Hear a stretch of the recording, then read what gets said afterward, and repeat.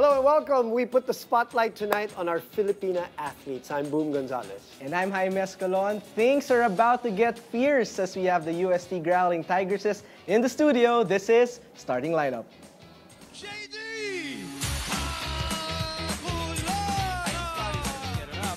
Puts it on top and hits it nice in the back of the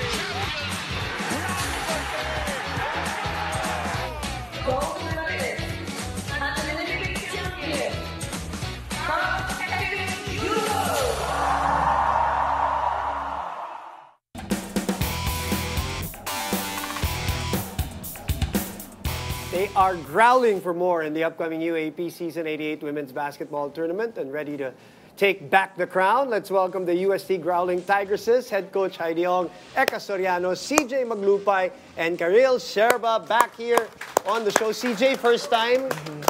Paalala lang natin, kinakabahan na siya. Coach, pag nandito ka, alam mo na, nangangamoy. Dalawa lang naman yan, nangangamoy Final Four na o nangangamoy UAP na. Malapit na tayo. We haven't had the chance to talk to you after last year. And I'm sure, obviously, you've come out with statements already on what happened last year. Pero ngayon, kumbaga, nahimasmasan na kayo. After a year, you've been able to dissect, examine everything. Tell me what happened last year. What are the good things to take away? What are the, huwag naman natin sabihing bad things, but the things that you want to work on for this year? Yeah, of course, last year, Boom and Jaime, you know naman, were undermanned. For the past 4 seasons sa UAAP, we are playing all local. So, medyo nahirapan si CJ doon, syempre, guarding the tallest players dun sa mga kabilang team. And I think yun yung silver lining. One, kay CJ Maglupay, dun sa mga bigs ko. They had that experience na hindi nila makakalimutan from last season and going into the next season ngayong UAAP. Punta naman tayo kay CJ kasi coach parang proud na proud ka talaga kay CJ. CJ, di ba, guarded the KC De La Rosas, the Pingos, the Macanjulas, not the tallest pero undersized, fierce. Fierce. Ikaw CJ, how are you able to, yung in-embrace mo talaga yung role? Paano ka na in love sa role mo bilang undersized big?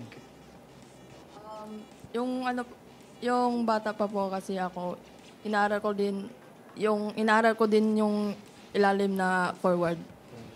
So yun na talaga. So pagka lumalaban ka, malalaki yung, like in last year, yun nga, yung mga sinabi ni Jaime, ano na nasa isip mo? Iniisip mo ba undersized ka at kailangan mag-overcompensate ka o hindi? Sa utak mo, pantay-pantay lang? Hindi po. Nasanay na din ako. Sanay na. Sanay na talaga. I want to get Karil's take on last year. Huwag kang tumawa dyan. Kakausapin kita. Huwag kang umiwas. Coach, niloka lang natin yan. Karil, ikaw, since yun yung, di ba, panibagong season para sa'yo sa women's, and then, yun nga, nawala sa inyo yung corona, anong nasa isip mo? Anong nangyari in your head? Anong assessment mo? Siyempre po last season, marami po marami po ako natutunan since rookie year ko po. And sa ngayon po na papasok yung season 88, sana may apply ko lahat ng mga natutunan ko doon. Para, maganda po yung resulta ngayong season 88. So far, okay. Tsaka biggest learnings from last year. Eka, I mean, journey mo, 85 MVP, 86, diba? Parang you were trying to recover 87, heartbreak of a season. Pero ngayong 88, ano pa gusto mo patunayan? Anong gusto mong anong wino-work on mo dito sa off-season? Kasi, yun nga, sabi mo sa akin kanina, huli na, final dance na. Last year nung natalo kami, niyakap ko agad si Ked, sabi ko sa kanya, sorry kung ang dami ko rin pagkukulang as veterano kasi hindi pa, healthy ako pero hindi pa ako ganun ka, Pero ngayon, feeling ko ready ako. As in, pag hinatak ako ni Coach, nandito lang ako. Yun yung sinabi ko kay Ken na, di kita iwan, Ken. Hanggang sa last natin, kukunin natin to. Kaya parang ngayon, hindi naman po pero kumpiyansa ako na feeling ko kakayanin namin. And 100% healthy ka rin. Opo, yun That's always a good sign. Coach, speaking of Kent, who cannot be here with us tonight, unfortunately, parang may dinadamdam yata, may sakit, so get well soon to Kent. She was heartbroken with the loss. She was apologetic not only to you, to the team, to Taki, dahil nga, di ba, parang she wanted to dedicate that last year. Tell me about Kent's reaction and how did you make her feel better, if you did, after her heartbreak? Yeah, of course, everybody naman is very sad after that game because we gave our best, especially si Lataki on her last year and si Kent also. But at the end of the day, siguro mga isang linggo kaya tayong hindi nakausap si Kent dahil nagmumukmok lahat sila. Sinadya mo ba yan, Coach? Na hindi rin sila kausapin? Did you let them deal with it muna? Or? Actually, I let them deal with it. Hindi naman na siguro sila tawag dito mga bata na kailangan ipamper mo din. May mga moments na kailangan mo rin iwan yung mga bata na sila lang din ang makakasolve nung problema na yon. And sabi ko nga, after that loss, I think it's another year for us, especially kay Eka nga and Kent on their last year, na to bring back the crown to UST. And Karili ka, how does that feel na si Eka, si Kent, may 1 year pa. Pero ngayon, papasok ka hindi na rookie eh. Parang, in a way, you have to help the leadership role, di ba? Kasama si Eka, pati si Kent. Mas na-embrace mo na ba yung role na yun dito sa off-season? Tsaka, may target na rin siya sa likod niya after how she did in her rookie season, di ba? Siyempre po, sa mga senior ko po, yung mindset ko lang po ngayon, bibigay ko po yung best ko para maganda po yung exit nila sa UST. What's the biggest change in your eyes, Coach, coming into this season from the team, whether it's psychologically or motivation-wise?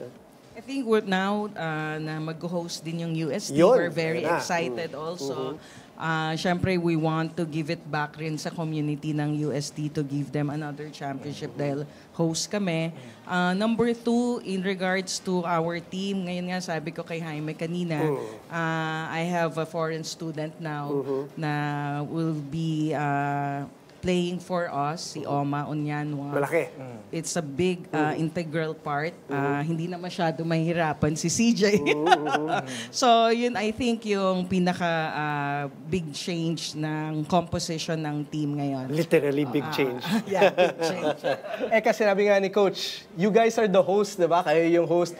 May added energy ba sa practice? Iba ba yung parang nakikita mong vibe ngayon sa practice in comparison to 87? Yes po, lalo na yung first day of school. Siyempre, sanay yung UST na yung mga bago pa lang, like freshmen. At tinuturo sa kanila yung ng mga UST. So parang nakakakilabot. Doon pa lang parang lahat kami. Yes, ito na, yung AP na, ito na yun. Tapos host pa tayo. Grabe yung kumpiyansa ng lahat. Right. Kumaga parang sabi namin, last na natin to, enjoy lang natin lahat. Right. CJ, last question bago tayo mag-commercial. Kamusta ang bakbakan with the new girl? Dun sa, anong pangalan, Coach? Oma. O, kamusta ang assessment mo sa kanya? Tsaka, paano ang kilos niya? Magandang, Sige lang. po. Kasi, may katulong na ako, hindi na ako mahirapan. Sobrang grateful ako kasi nandyan si Oma. Dinidepensahan mo ba pag-practice? Ikaw nakataya sa kanya? dinidepensahan. Malakas ba? Anong Malakas assessment mo? Bukol-bukol nga ako dun. Mukhang Kayo na excited talaga si ang mukha. Yan, okay. Pinahanda ka na para sa season. Iba yung ngiti ni CJ yung pinapag-usapan Yes. si Oma. Yes. Pero we'll talk more about Yes. what we can expect for season 88. Stay tuned because more with the UST Growling Tigresses after the break. Stay tuned. You're watching Starting Lineup.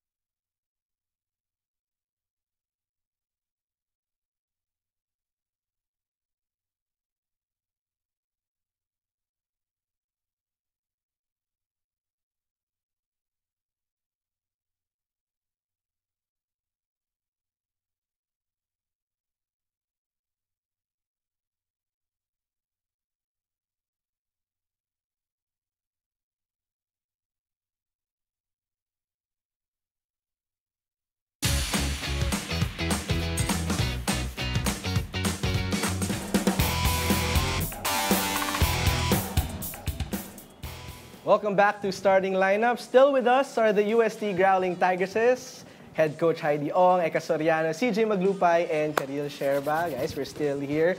Coach, balik muna tayo sa iyo, Coach. Kasi sabi mo sa akin kanina na medyo iba yung makikita nating UST in terms of system. Ngayon, enjoy kasi mga fans sa run and gun, ang bilis. But what can we expect differently, and parang how are you liking what you're seeing from this different system this year? Kasi si Oma, when she arrived last year for her residency, sinabak na namin siya with the WMPBL preseason para magkaroon na rin talaga ng chemistry, kasi medyo nahirapan din yung team kasi now parang may added weapon kung masasabi namin. Kasi we can dump the ball to the post right now, which we don't usually do talaga. Yes. Yun nga, nasabi mo, it's like a run and gun. We love transition. We love transition 3. So, I think yung nadagdag ni Oma sa amin is another option for our system na meron kaming threat sa ilalim ngayon. For the past 3-4 years, wala kami nun. But not necessarily going on Jaime's question, wala namang radical change. Wala. We're the same UST who wants to run, who wants to have full court press. Ganun pa rin kami. Nadagdagan pa. Speaking of dagdag, Karil, okay, second year, what individually, syempre, alam natin, yung si Coach may gagawin yan bago, may mga sa sistema. Pero I know, Coach, you expect your players to also work on themselves individually in the off-season. Anong tinrabaho mo para sa laro mo, Karil? Sa ngayon po, laging sinasabi ni Coach sa akin, yung depensa ko nga po. Okay. And yun nga po, ini-improve ko para mas mapadali ko yung paglalaro ng basketball. How do you work on that? Anong ginagawa para ma-improve ang depensa? Yun nga po, gawin po ng tama. Para para hindi masigawan. Wala pa naman sa mic ni Coach. Ako na magta-translate. Oo nga, last year ko pa nababalitaan na siya yung nasisigawan eh. Pero yun, depensa ang aasahan namin sa'yo na improvement this year. So, Eka, natatalo ka niya na sa one-on-one or hindi pa rin? Nako. Mahabang post yan. Magaling kasi ito sa office. Pero Eka, busy din kayo sa off-season. Madami trabaho. Sabi ni Coach, para nag-enjoy kayo sa Tokyo, Japan. Kamusta ang experience mo? Arigato gozaimasu. Kamusta ang experience mo sa Japan inside basketball? Pero even siguro yung team building nyo, di ba? Yung relationship nyo outside of the court. Ang daming nangyari ng Japan eh. Pero isa lang po yung parang ang dami ko pong natutunan in terms of basketball. As in parang akala ko nun ang bilis ko na. Nung lumaro kami doon, ang gagaling pa rin talaga nila. Tapos yung kultura nila. Siyempre. Yun talaga yung parang yung discipline nila. Yun yung ina-apply namin paunti-unti sa team kasi nakita ko po lahat na parang walang naiwan sa kanila eh. Kapag may parang isa ay nahatak nila, ganun, parang talagang lahat iaangat nila. So yun, dahil kami dalawa ni Ken, Kapitan, paunti-unti, sinasanay namin yung team na ganun. Hanggang sa pag-alis namin na dapat ganun sila. Malinis yung ganito, organize. Pagpasok ng ganito, sabay-sabay, mag-stretch. Walang may naiiwan, walang may nahuhuli. Pag lahat nag-free throw. Pag lahat nag-shooting. Isa naglinis, lahat maglilinis. Kasi ganun po eh. Di ba po sabi nila sa mga kapitans nagsisimula yun. So sinimulan namin again. Extra tayo, Day. Di namin sinasabi. Gulat na lang ko, daming sumasama. Nice. Ayun, doon po ako natuto. Kaya sana magtuloy-tuloy pa. CJ, ikaw, anong takeaway mo dun sa Japan experience?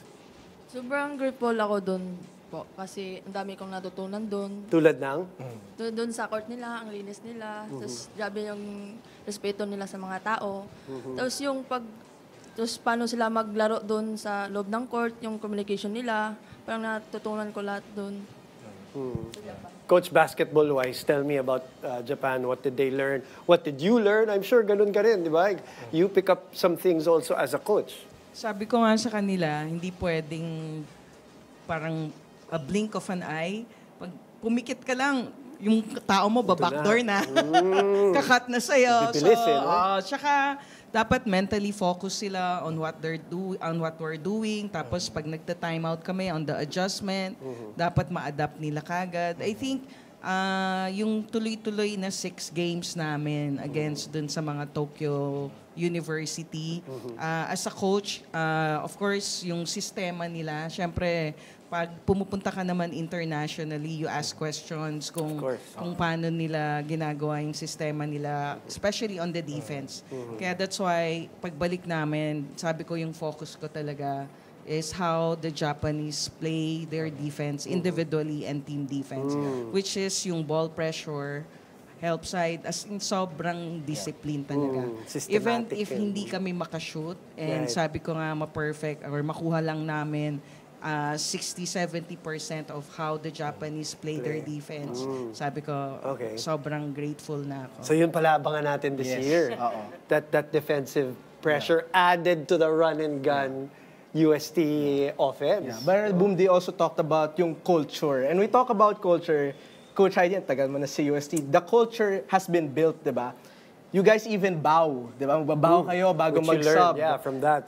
So Eka, in your 5th year, in your last year here in the UAAP, and this is your legacy year, di ba? Coach Heidi, almost lahat nabigay niya na sa'yo, ano kailangan mo tutunan. How would you, ano yung description mo sa culture ng team nyo ngayon? Ano yung masasabi mo na, eto kami, eto yung gusto namin maging after season 88? Siguro yung ano po,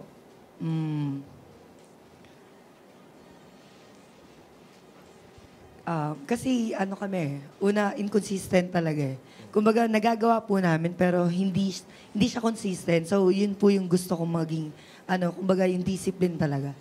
Kasi pag disiplinado ka, lahat yan magagawa mo po eh.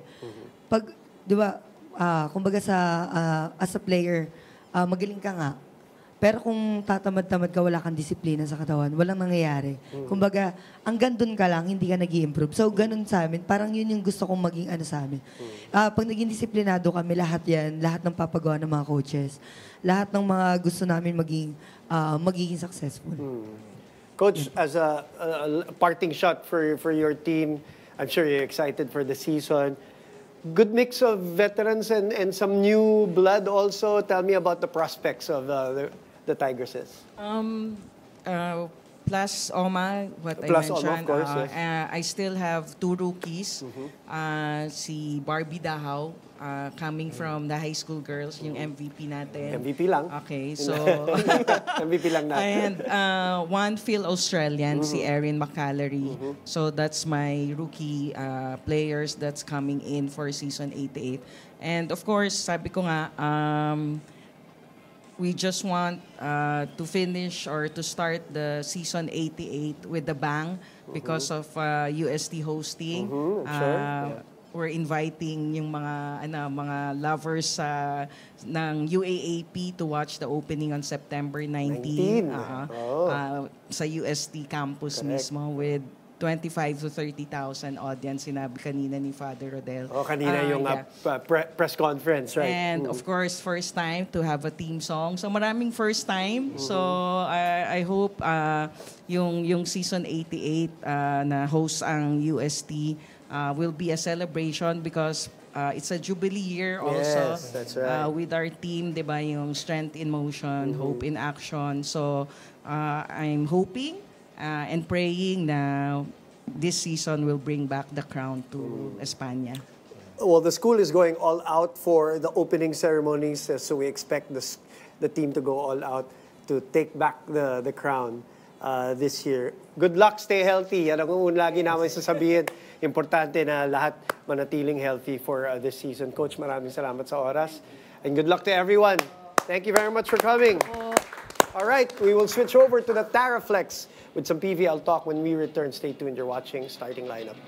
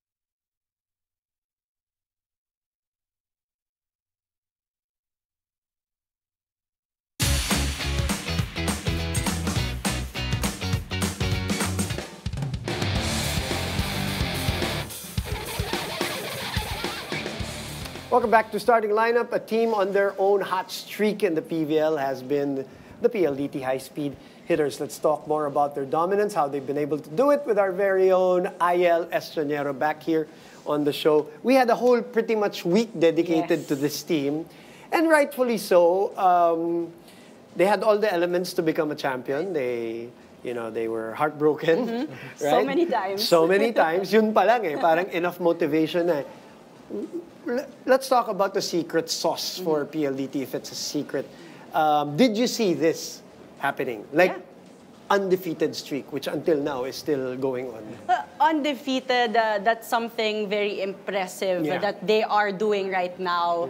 But in terms of expectations, them winning, I think everyone's just waiting for them to win a title, to get the consecutive wins.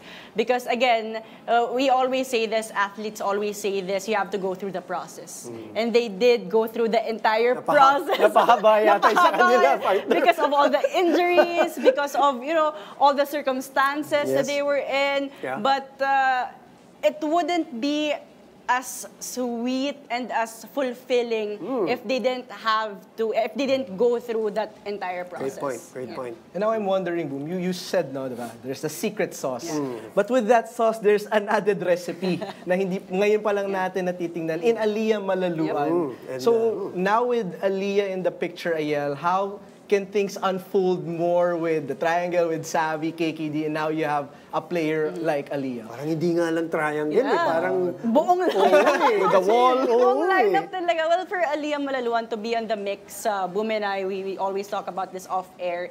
It really takes off the load on Savvy, Davison, and having that bigger responsibility of scoring more points for them. Because right now, it's not just, Malaluan. You have Kiana D, Mika Reyes, Majoy Baron, Caf, like everyone healthy. So I think that's the secret sauce right now, having exactly. Healthy and the complete lineup, everyone really trying to, find their optimal performance all the time. We're seeing Aliyah right now. Obviously, the first two games in Invitational, player of the game kagad. Yung third game, maganda pa rin. Kahit na hindi siya yung POG. And it looks like linalagay na siya ni Rald, nakadiagonal ni Savvy. Parang ito na ba yung mangyayari sa kanya? I believe that's something we can expect moving on from PLDT because I believe Coach Rald Ricafort is trying to build, not just athletic players, athletic core, but also tall players. I think that's their identity right now, having a very tall core lineup. Again, the middles, dahil pa lumata, hindi pa natin nakikita from that Alas Pilipinas stint. But if you have outside hitters like in the heights of Kiana D, of Aliyah Malaluan, and you have Savvy Davison, whose elevation is so high. So, diba, kompleto ka na, hindi lang pang-opensa, but also for that net defense that right now is one of the departments they're really good at. Yeah, we talked about the wall, but let's talk about the heart and soul of the team in Kat Arado. For you, Ayel, what makes her the heart and soul? I know, briefly, I had a conversation with her. Sabi niya, hindi daw siya nakakatulog at night because yun na lang kulang sa buhay niya. Magpakasal, sabi niya to, magpakasal. And number two, to get that championship, she hasn't gotten a championship since high school daw. So, for you, watching Kat, covering Kat, what makes her this heart and soul of this PLDT squad? Well, definitely because she went through all of it. Right now, we could say relatively, Kiana D is new, Caf is new, Majoy is new, but Kat Arado has been that staple in PLDT for the longest time. So in terms of, all the up and downs, the trials, she was there. So she has that experience and she's able to really be the anchor of the team in terms of her talent as well, but also that mentality. And I think it also helps na siya yung captain because, volleyball is still a sport that for you to win, you need to score. But I think it's smart that she's the captain because it takes off also the pressure on the attackers to be that leader as well. Diba? So for her, expected din kasi sa liberos to be very vocal to really communicate while they're playing. So that also makes her a good leader on the court. Yeah, and when you really look at the lineup, you look at KKD, look at Mika, even Savvy, you throw in, even everybody else there, traditionally or historically, when we know them, they're not leaders. They're not that kind of leader. They're not the Kat Arado kind of leader. So you're right, no? That point of hers to being very vocal is essential. But as you and I know, when you sat down here with me and we were with Kat and Mika and Coach Ralph, she defers to Kaf. To her, she's the one who dictates everything.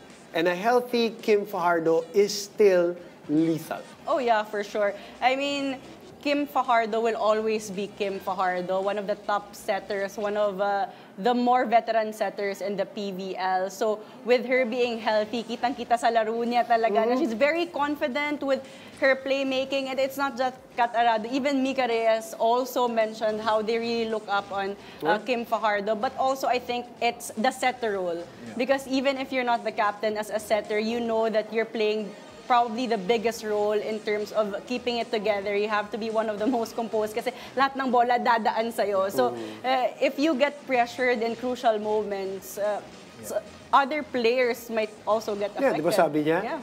Mahihiya ako pagka, di ba, if I see her composed and I'm not composed. One last question. This is sustainable for them, right? Because they are deep. We haven't even talked about the Keisha Bedonias of the world, Angge Alcantaras, diba? And Del, as you guys mentioned, di pa nga natin nakikita. Depth is their number one strength, right? Oh, for sure. A lot of players that you can just pull into on the court and contribute right away. But also, I believe that core are players who have championship experience. It just took a bit of time for them to get another championship. But in terms of competitiveness, alam mo that they're on top of that and that they just waited for them to be complete. Imagine if they win back-to-back titles, what that will do to their confidence. To their confidence moving forward. This is a scary team. It's a scary team. Ayel, thank you very much, as always. And we'll see you with more of the PVL. Thanks, everyone, for joining us. My name is Jaime Escalon. I'm Boom Gonzalez. This has been Starting Lineup.